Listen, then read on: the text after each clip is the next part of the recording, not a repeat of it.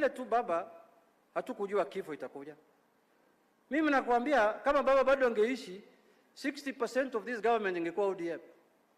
Tulikuwa tumefinya watu, tunasukuma watu nje, watu wengine ya UDA sijui nini, lakini president pia analia, hii ni watu yangu, mimi ndio UDA bana, sisi ndio watu wewe bana. Ni kifo tu, kifo tu. Watu ODM ndio wangekuwa kwa hii serikali kabisa. Lakini hata saa hii bado tutapambana hapo ndani. Maoni ambayo iko ndani ya ODM ni maoni mbili, maoni tofauti.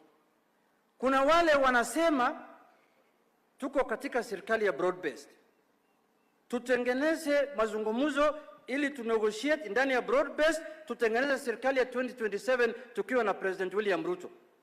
Na kuna ile maoni ya pili wanasema tutoke kwa serikali tuende kwa opposition ndio turudi kwa serikali. Hiyo ni barabara ya kwenda Mashuru, hiyo ambayo imeharibika. Hadi sasa unaniambia tutoke kwa serikali tuende kwa opposition kwanza, tuende tukunye chai na wakina wa Munyoro na wengine, then tukunye chai huko turudi tena. Sasa nani amekuambia nafasi yako itakaa tu namna hii? Hiyo ndio maoni tofauti. Sisi tuko katika maoni ya kusema tukae kwa serikali ya broad based, tu negotiate na UDA, tupate vio vyetu, tujenge nchi ya Kenya.